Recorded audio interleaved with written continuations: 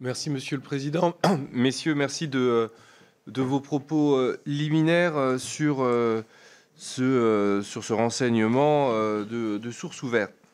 Moi, j'aurais plusieurs questions. D'abord sur le roseau de manière générale.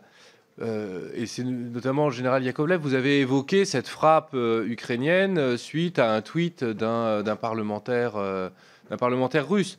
On voit donc bien là qu'il y a prise de décision immédiate suite à une information. Et justement, à quel point le roseau va-t-il accroître ces prises de décision immédiates avec toutes les erreurs qui peuvent être induites par l'immédiateté? Parce que si l'information avait été trafiquée, si les coordonnées GPS avaient été trafiquées, des victimes civiles auraient pu avoir lieu. Donc, est-ce que cette immédiateté de la prise de décision liée au roseau est un risque selon vous? Est-ce que c'est un avantage? Et quel est aujourd'hui les processus de recoupement entre roseau et renseignements propriétaires, je dirais? Ça, c'est une question globale sur la philosophie de ce renseignement. Autre question, plus spécifiquement sur le conflit ukrainien.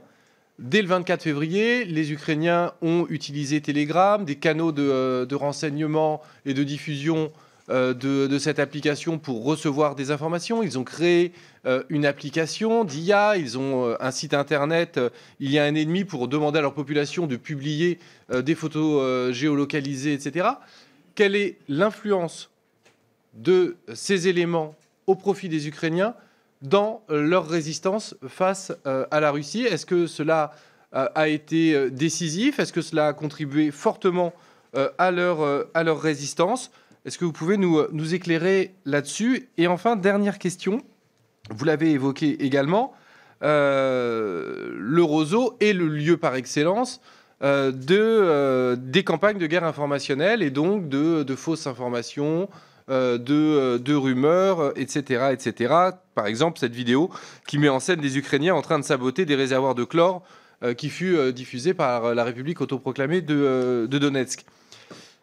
Quelles sont aujourd'hui les mesures efficaces contre cette lutte, cette guerre informationnelle? Bref, quelle est l'efficacité des actions de contre-influence que l'on a pu observer en Ukraine? Et ce, d'autant plus que la France a été elle-même victime d'attaques informationnelles, comme par exemple à Gossi. Je vous remercie.